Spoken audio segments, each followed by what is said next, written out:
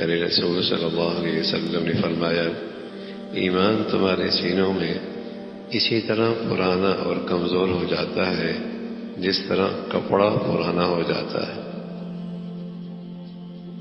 پیارے رسول صلی اللہ علیہ وسلم نے فرمایا، ایمان تمہارے سینوں میں اسی طرح پرانا اور کمزور ہو جاتا ہے جس طرح کپڑا پرانا ہو جاتا ہے۔ ایمان صحت مند ہے، ایمان بیمار ہے، ایمان تازہ ہے، ایمان کے اندر جسے کہیں کہ کمزوری آ گئی ہے تو ایسا نہیں کہ ایک آدمی نے لا الہ الا اللہ ایک مرتبہ پڑھ لیا تو بس ایمان ٹھیک رہے گا، ایسا نہیں ہے۔ ایک آدمی کا ایمان ہے سبحان اللہ، لاکھوں کروڑوں میں حرام آئے تب بھی اس کا ایمان اسے محفوظ کر لیتا ہے، اور ایک آدمی ہے جس کا ایمان اتنا کمزور ہے چند ٹکوں پر بھی یہ فروخت ہو جاتا ہے، بک جاتا ہے۔ ایک آدمی کا ایمان ہے، یہ ایمان اسے فجر میں نہیں تہجد میں کھڑا کر دیتا ہے، اور ایک آدمی کا ایمان ہے عصر میں بھی اس کا ایمان اسے اللہ کی طرف نہیں لے کے جاتا۔ تو ایمان کی سطح بڑھتی رہتی ہے، گھٹتی رہتی ہے، صحت مند رہتا ہے، کمزور ہو جاتا ہے، یہ اس کی کیفیت بدلتی رہتی ہے۔ تو جو صحت میں اور قوت میں اور طاقت میں جو ایمان اس کے لیے نیکیوں پہ نہیں لا سکتا، بتاؤ موت کی گھڑی میں کلمہ لائے گا؟ اور مفتی محمد شفیع صاحب رحمۃ اللہ علیہ فرمایا کرتے تھے، جب آدمی مرنے لگتا ہے تو یہ شیطان کی محنت کا آخری موقع ہوتا ہے۔ زندگی بھر وہ ساتھ ہے، زندگی بھر اس کی محنت چلتی ہے، لیکن یہاں تو اپنی وہ پوری توانائیاں لگا دیتا ہے، پوری توانائی ہے کہ یہ شخص ایمان کی حالت میں اس دنیا سے نہ جائے۔ لیکن اس گھڑی ایمان صحت مند ہو، جو سب سے نازک وقت ہے، اور جسم میں بھی طاقت نہیں رہتی، اعصاب میں بھی طاقت نہیں رہتی، اب یہاں ایمان کی صحت کی کتنی ضرورت ہے۔ ان الذین قالوا ربنا اللہ ثم استقاموا، جو ایمان لائے نا اپنے رب پہ اور پھر اس پر کھڑے ہو گئے، دنیا ادھر سے ادھر ہو جائے لیکن یہ ایمانی زندگی سے ہٹنے کے لیے تیار نہیں ہے، استقامت۔ فرمایا جب یہ مرنے لگتا ہے تو اس کے گرد اللہ کے فرشتے اکٹھے ہو جاتے ہیں، اور اسے کہتے ہیں اللہ تخافوا ولا تحزنوا وابشروا بالجنہ، ڈرنے کی بات نہیں، غم کھانے کی بات نہیں، نہ پیچھے جو چھوڑا ہے اس پہ غم کھاؤ، نہ جو آگے مرحلے آنے والے ہیں اس سے خوف کھاؤ، نہ پیچھے کا غم کھاؤ نہ آگے کا خوف کھاؤ۔ کیوں بھائی؟ وابشروا بالجنہ، تمہیں جنت کی خوشخبری ہے۔ تو یہ اللہ کے فرشتے اس کے ارد گرد آ کر اس کا حوصلہ بڑھاتے ہیں، ہمت بڑھاتے ہیں، ہمت بڑھاتی۔ لیکن یہ کس خوش نصیب کے لیے ہے؟ ان الذین قالوا ربنا اللہ ثم استقاموا، جو اللہ اور اپنے رب پر ایمان لے آیا اور پھر اس پہ ڈٹ گیا کہ دنیا ادھر سے ادھر ہو سکتی ہے لیکن یہ ایمان کے تقاضے سے دستبردار نہیں ہو سکتا، یہ ایمان کے کسی عمل کو نہیں چھوڑ سکتا۔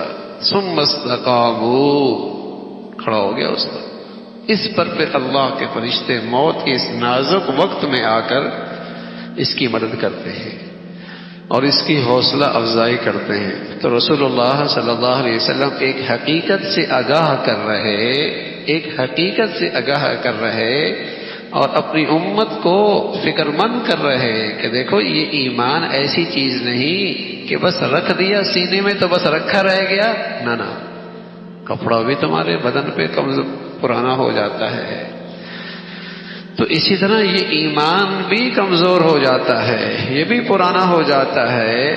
جیسے کپڑوں میں تازگی کی ضرورت ہے، نئے کپڑوں کی ضرورت ہے، تو رسول اللہ صلی اللہ علیہ وسلم فرمایا کرتے تھے جددوا ایمانکم، تم اپنا ایمان بھی تو تازہ کر لو، جددوا ایمانکم، تم اپنے ایمان میں بھی تازگی لے کے آؤ، اس کے اندر بھی تازگی۔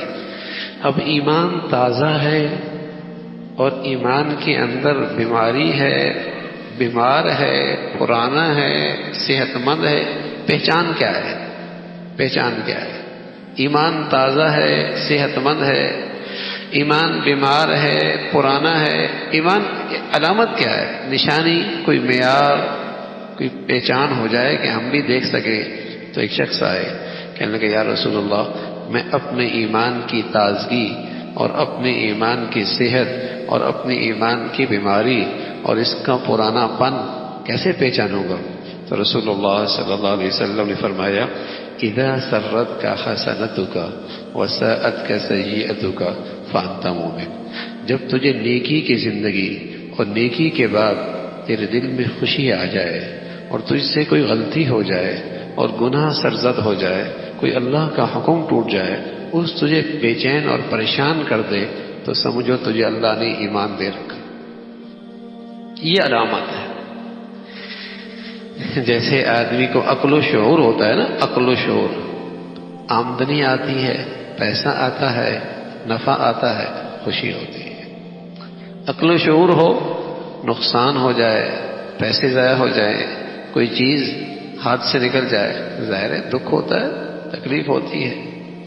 تو جیسے عقل و شعور اسے خوشی اور غم میں ڈالتا ہے مادی نفع سے، اسی طرح ایمان جب صحت مند ہوتا ہے، جب اس کے پاس نیکیوں کا خزانہ اکٹھا ہو رہا ہوتا ہے، خوش ہو رہا ہوتا ہے، اور کہیں گناہ کی صورت میں کوئی نیکیوں کا خزانہ ضائع ہو گیا تو یہ بے چین اور پریشان ہو گیا۔ یہی ایمان کی علامت، یہی ایمان کی علامت ہے کہ اللہ نے اسے ایمان نصیب فرما رکھا ہے، ایمان کی روشنی دے رکھی ہے۔ رسول اللہ صلی اللہ علیہ وسلم نے فرمایا تمہارے سینوں میں اسی طرح ایمان پرانا ہوتا ہے اور کمزور ہوتا ہے جس طرح کپڑا پرانا ہو جاتا ہے۔ اللہ تعالیٰ سے دعا کیا کرو کہ تمہارے دلوں میں ایمان پھر ارسل نو مستحکم کر دے۔ اللہ تعالیٰ سے دعا کیا کرو اللہ تمہیں ایمان کی تازگی نصیب فرمائے، ایمان کو تمہارا مستحکم بنا دے۔ اور رسول اللہ صلی اللہ علیہ وسلم فرمایا کرتے تھے جددو ایمانکم، مسلمانوں اپنے ایمانوں کو تازہ کیا کرو۔ صحابہ رضوان اللہ علیہ اجمعین جب آپس میں ملاقات بھی کرتے تھے پوچھتے تھے تمہارا ایمان کا کیا حال ہے؟ ایمان کی کیفیات، ایمان کے تذکرے ہوا کرتے تھے۔ تو اللہ رب العزت ہمیں بھی اس دولت کی ہر گھڑی فکر کی توفیق نصیب فرمائے اور اس دولت کی حفاظت اور خیال رکھنے کی توفیق نصیب فرمائے، اور ہمیشہ اللہ ہمیں صحت مند اور تازہ ایمان نصیب فرمائے۔ جو کچھ سنا گیا اللہ اس پر عمل کرنے والا اور آگے لوگوں تک پہنچانے والا بنائے۔ مزید اصلاحی بیانات کے لیے ہمارا یوٹیوب چینل ایمان و یقین کو سبسکرائب کریں۔ جزاک اللہ۔